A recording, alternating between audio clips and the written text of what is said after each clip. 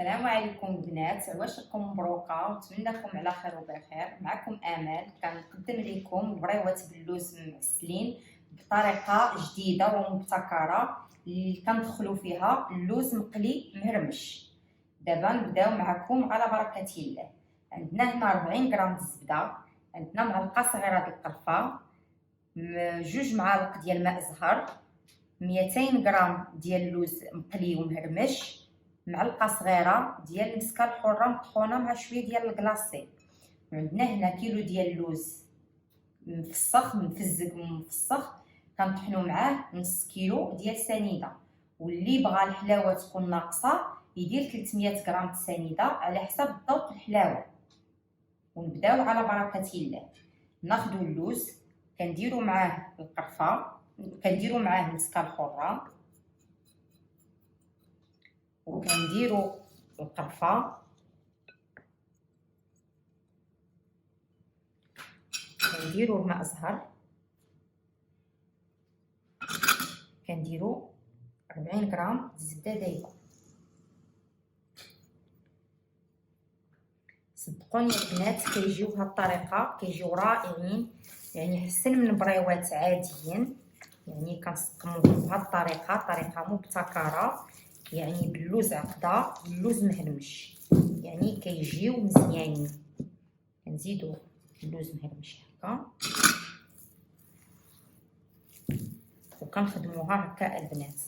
وغنوريكم حتى الطريقه ديال الورقه ديال التقطاع ديالها، يعني بطريقه مبسطه للبنات اللي يعني عاد من اول نوبه كيصوبوا البريوات باش تجيهم بطريقه سهله وبطريقه يعني مزيانه. بعد ما خلطنا العقده ديالنا هانتوما كتشوفوها كي جات يعني لينه، وداك اللوز 200 غرام د اللوز يعني المهرمش اللي زدنا ليها خصو يكون مهرمش رقيق، يعني باش منين نجيو نطويو البريوات ديالنا ما تقبلناش الورقه. هانتوما كيف ما كتشوفوا البنات يعني الطريقه د اللوز كي كيجي، وكيجي في المذاق رائع، يعني بريوات كيجيو بطريقه جديده مبتكره ورائعين كيجيو. ودابا ان شاء الله ندوزو نوريكم تقطيع د الورقه اللي باش تشوفوا الطريقه كيفاش. بعد ما كملنا العقده د اللوز يعني رجعنا للورقه. ها هي الورقه بالنسبه لداك الكيلو ديال اللوز كندخلوا فيه كيلو وربع د الورقه، يعني البريوات صغيورين. وكل ما بغيتو تكبروا البريوات كل ما كتدخل لكم الورقه اقل، يعني الا كنتو بغيتوهم صغيورين كتدخل لكم حتى الكيلو ونص د الورقه، وإلا درتوهم كبارين غير كيلو د الورقه كافيكم. دابا غادي ندوزو للتقطاع ديال الورقه الدائريه كيف ما كتشوفوها البنات بهذه الطريقه، يعني نقطعوها بطريقه اللي ما غاديش ندخلو حتى في البريوات الورقه بزاف. هانتوما على بركه الله تبعوا معايا. كنقطعوا الحريف هكا ديال الورقه بالمقص، واللي ما استطاعش انه يقطعها هكا يمكن له يستعمل بمسطره، يحط المسطره البنات هكا ويقطع. غتقطعوها هكا بهذه الطريقه، غتحيدوا هاد الريوس لانهم كيكونوا ناشفين، غنزولوهم وغنوليو نقلبوا الورقه بهذه الطريقه كيف ما كتشوفوا معايا، ونوليو نقطعوا هذا الحرف اللي كيكون يابس. هانتوما كيف ما كتشوفوا يابس يعني ما صالحناش، ونوليو نقطعوا الورقه بهذه الطريقه، ونوليو نقلبوا الورقه بهذه الطريقه كيف ما كتشوفوا معايا في الفيديو.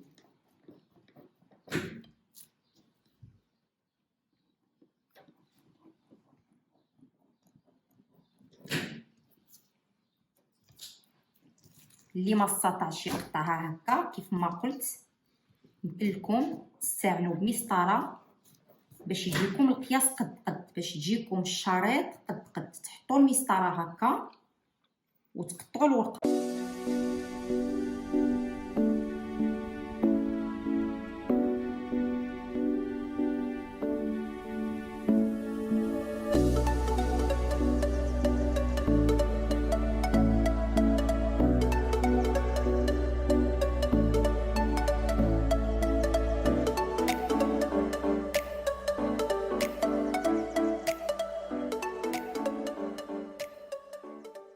شوفوا البنات كندوزو للطريقه ديال التكوار ديال اللوز على هذا الشكل هذا.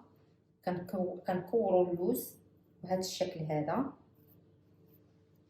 حتى كنكملوا الكميه ديال اللوز اللي عندنا كامله. منين نكملوا الكميه ديال اللوز اللي عندنا كامله ندوز نوريكم الطريقه ديال الطويه ديال البريوات. هانتوما كيف ما كتشوفوا على هذا الشكل هذا هكا كنكوروا اللوز ديالنا البنات. هانتوما كتشوفوا الطريقه كيف ما كتشوفوا معنا البنات. كناخذوا زليفه ديال الفرص هكا واحد الكويس الماء وكنخلطوا على هذه الطريقه الفرص مع الماء باش نسدو به البريوات ديالنا.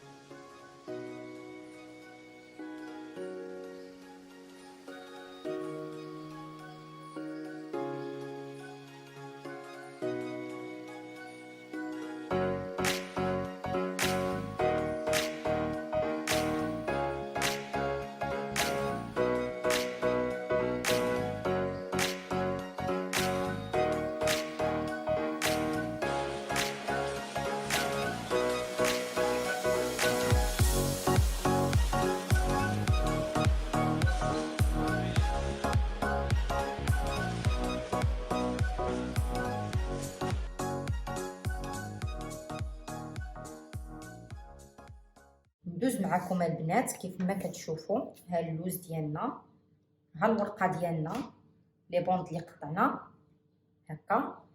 اللي نبغي نقول لكم ان كاينه جهه ملسه كيف ما كتشوفوا، كاينه جهه ملسه وكاينه جهه حرشه. يعني منين غنجيو نطويو البريوات ديالنا غنديروا الملسه من التحت، ها هي الملسه، ها هي الحرشه، نحطوها بهذه الطريقه البنات.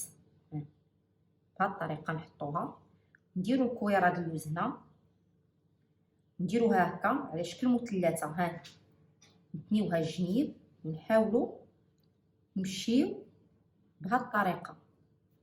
ها طريقه اللي هي سهله.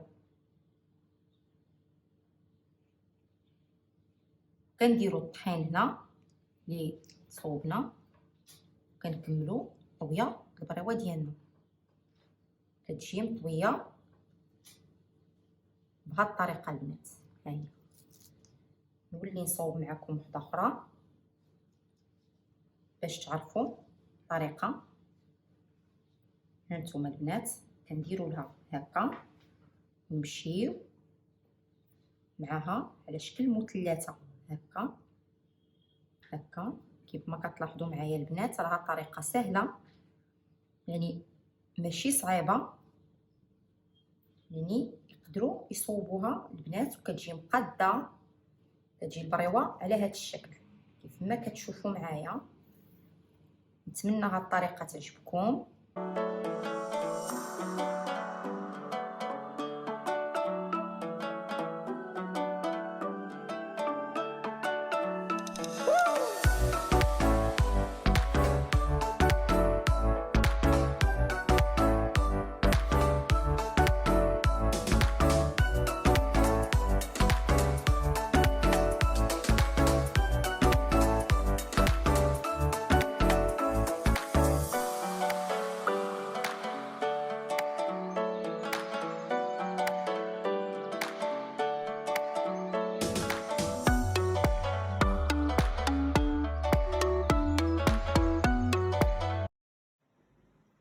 هانتوما البنات بعد ما كملنا البريوات ديالنا، ها هما بالطويان كملناهم كاملين، كيجيو على هذا الشكل هذا. كنديروا العسل هنا، الا كانت العسل قاصحه ديروها تذوب شويه البنات، والا كانت خفيفه بلاش خليوها بارده. كنسخنوا الزيت مزيان على هذا الشكل هذا، خاص الزيت تكون سخونه بزاف. بسم الله على بركه الله. ويكون الزيت تكون الطنجره تكون غارقه لان خص البريوات يعوم عليهم الزيت، ما يبقاوش فيهم البلاصه. وكنغميوهم على هذا الشكل البنات. هانتوما كنقليوهم على هذا الشكل، كنلوحوهم على بركه الله هكا بسم الله. كنديروهم هكا كيتقلاو، وكنقلو عليهم البوطه مهيله، البوطه مهيله تكون مهيله البوطه، وكنخليوهم كيتقلاو على بوطه مهيله، يعني ما تكونش البوطه مجهده حتى كيتحمروا. ملي كيتحمروا كنهزوهم ونغطسوهم في العسل. ملي كنغطسوهم في العسل كنخليوهم واحد المده في العسل باش كيشربوا لنا البريوات ديالنا العسل كيجيو مزيانين. هذه هي الطريقه البنات باش كيتقلاو البريوات ديالنا على هذا الشكل كما كتشوفوا معايا هكا.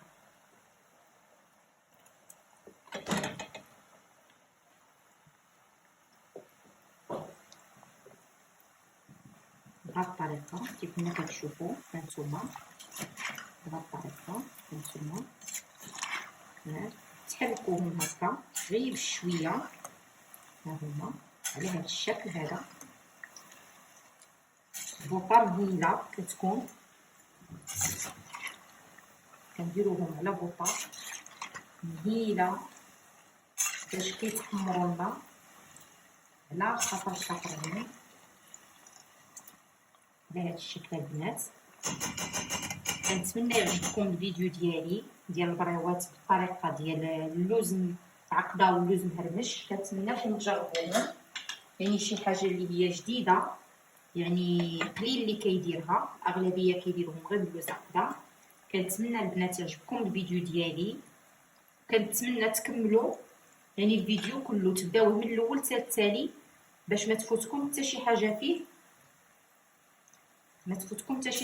باش تعرفوا يعني الطريقه ديال كل حاجه كي درنا صوبناها، وتبعوا غير الطريقه من الاول حتى التالي البنات كي درت لها.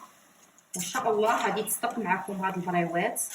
نتمنى تخليو لي دي كومونتير تقولوا لي كي جاوكم البريوات، واللي عندها شي تساؤل ما فهماتوش تدخل عندي الخاص نجاوبها.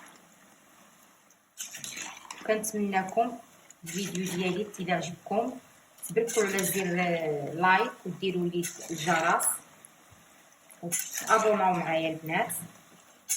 كنتمنى هذا الفيديو ينال الاعجاب ديالكم، وان شاء الله كاينين مزيد من الفيديوهات. هانتوما البنات بعد ما درنا هنا العسل شويه سخن، ها هي على هاد الطريقه هذه. منين غادي يتحمروا لنا البريوات في الزيت غنديروهم هنا في العسل. من بعد منين غادي نديروهم في العسل نخليوهم غنصفيوهم ونديروهم في الشبيكه فين يسقطوا. وان شاء الله نوريكم يعني التالي ديال البريوات ان شاء الله. منين نوجدهم غادي نوريكم التالي ديالو. كنتمنى هذا الفيديو ينال اعجابكم البنات. هانتوما البنات بعد ما كيتقلاو لنا البريوات كيوليو على هذا اللون هذا، هانتوما كما كتشوفوا كتشاهدوا معايا. كناخذوا واحد نص معلقه ديال مسكه الحره كنضيفوها على العسل كيف ما كتشوفوا معنا هكا، وكنخلطوها بهذه الطريقه باش كتعطينا واحد المذاق اللي هو رائع مع العسل كما كتشوفوا هكا. كنهزو البريوات بهذه الطريقه ملي كياخذوا لنا هذا اللون هكا. هانتوما البنات كنتمنى الطريقه تكون مبسطه وتعجبكم، وتكملوا الفيديو حتى التالي باش تشوفوا جميع المراحل ديال البريوات يعني من الاول.